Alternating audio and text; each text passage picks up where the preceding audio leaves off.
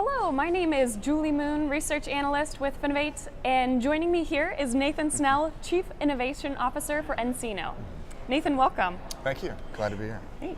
So Nathan, personalization has always been key to creating a better user experience. Tell us a little bit about what enabling technologies nCino is leveraging to help banks enhance their user experience for both clients and employees.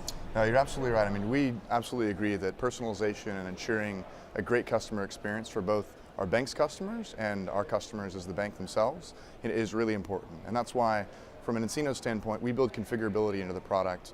And that's not just making sure that the business processes work efficiently, but it's making sure that the experience itself can be tailored to the bank's employees and make sense to them.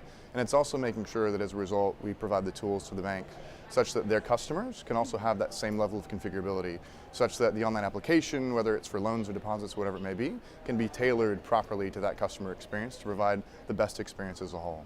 Definitely. Right.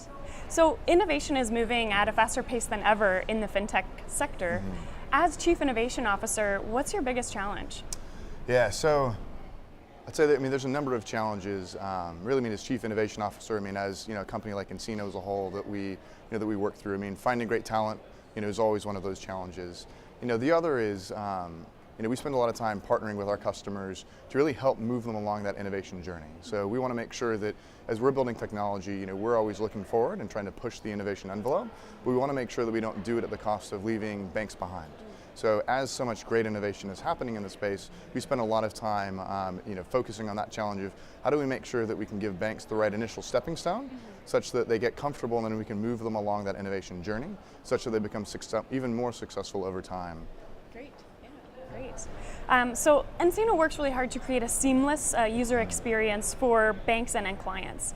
In the fintech world where there are so many individual focused solutions with really easy to implement APIs, how does nCino navigate the build versus buy dilemma? Yeah, so we spend a lot of time, especially on the larger enterprise side, on the build versus buy. And I spend a lot of time personally talking with executives of banks around exactly that. How do they navigate that? And one of the things that works well, at least for us at nCino, is we're as much a platform for banks as we are a product and solution for banks. So one of the things that I like to emphasize is when a bank is looking at that build versus buy situation, at least with nCino, when they implement us, we help take care of a lot of sort of the nuts and bolts when it comes to originating loans, originating deposits, treasury management, whichever it may be. And by taking care of those nuts and bolts that banks, if they build, traditionally have to support themselves. We're actually able to help eliminate what becomes that kind of spiral where the bank has to spend so much extra time really just maintaining what's in place.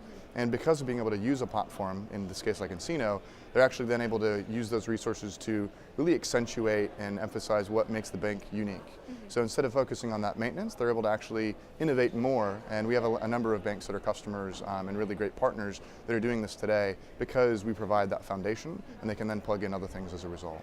Okay, well thank you, Nathan. With that, I'm Julie Moon with Finovate TV, and we're looking forward to seeing what comes next from nCino. Absolutely, Thanks. Thank you.